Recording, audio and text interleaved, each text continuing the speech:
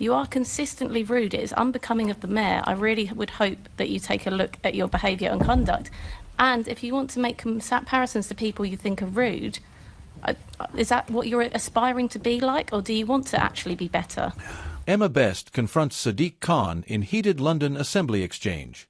You're not going to believe what just happened at the London Assembly. Because this time the tension wasn't just political, it was personal. What started as a routine policy discussion quickly spiraled into one of the most talked-about exchanges between Mayor Sadiq Khan and Conservative Assembly member Emma Best. And the moment she stood up to speak, you could feel the temperature in that room rise. It was supposed to be a standard Assembly session policy updates, budget questions, the usual back and forth. But then Emma Best decided to challenge the mayor on what she called his dismissive attitude toward legitimate questions from elected members.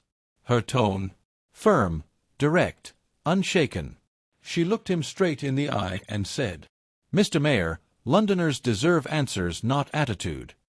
The room went silent. Sadiq Khan, clearly caught off guard, leaned back in his chair, half smiling, half defensive. He fired back, accusing her of playing politics instead of addressing the real issues Londoners face. But Emma Best didn't back down, not even for a second. She shot back, saying his behavior undermines accountability and sets a poor example for leadership. And that's when the atmosphere shifted completely. You could almost feel the tension through the screen. Khan tried to move the discussion forward, but Best held her ground. She pressed on about crime statistics, housing challenges, and the mayor's repeated refusal to give clear, straightforward answers. Every time he tried to pivot, she pulled him right back. At one point, she said, "If this is how you treat questions here, how do you treat the people you're meant to serve out there?" Gasps from the chamber. A few murmurs. Even some of Khan's usual supporters looked uneasy. It wasn't shouting, it wasn't chaos, it was precision. A calm, cutting challenge from one elected official demanding answers from another. And people watching online noticed. Clips of the exchange hit social media within minutes. On X, formerly Twitter, one user wrote, "Emma Best just said what half of London's been thinking. Someone finally stood up to him." Another comment read, "This isn't about politics, it's about accountability. The mayor needs to answer, not deflect." Of course, Khan supporters saw it differently. One wrote, "Emma Best is grandstanding. The mayor is under constant attack and she's just adding to the noise." Still, regardless of political sides, people agreed on one thing: this wasn't a typical assembly moment. It felt like a real confrontation between leadership styles, between composure and frustration. And that's exactly why it blew up online. This wasn't a one-off clash. Tension between Khan and members of the Conservative opposition has been building for months. From debates over policing to London's controversial ULEZ expansion, every session has carried undertones of frustration, and this one boiled over. Emma Best has repeatedly voiced concerns that the mayor's office avoids accountability.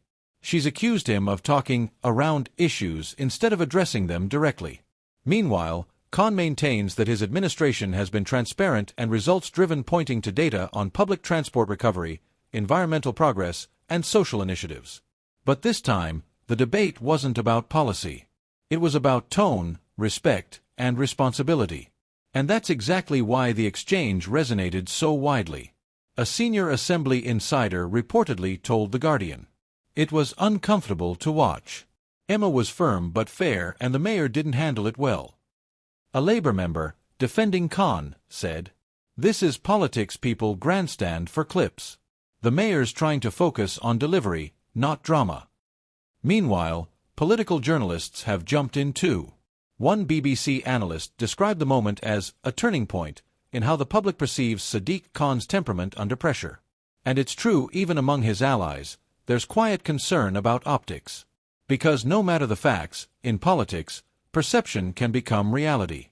For ordinary Londoners watching online, this wasn't about left or right. It was about seeing someone finally challenge a leader who many feel has grown increasingly distant. The clip's most replayed moment wasn't when Emma Best raised her voice. It was when she simply paused, looked across the table, and said, slowly, "You can laugh, Mr. Mayor, but Londoners aren't laughing." That line cut deep. And judging by the silence that followed, it landed exactly as intended. After the session, City Hall's press team released a short statement emphasizing the mayor's commitment to respectful dialogue and open debate. Emma Best later told reporters she stands by every word. Her office said she wasn't trying to be confrontational, only to remind the mayor that accountability isn't optional. Meanwhile, the footage continues to circulate, gaining hundreds of thousands of views across platforms.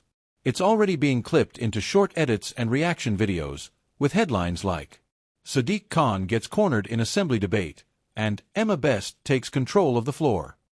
Clearly, this moment struck a national chord. This isn't just another heated exchange in politics. It's a snapshot of a growing divide between those who believe in polished leadership and those demanding more authenticity and transparency. For Sadiq Khan, it's a reminder that patience with evasive politics is wearing thin.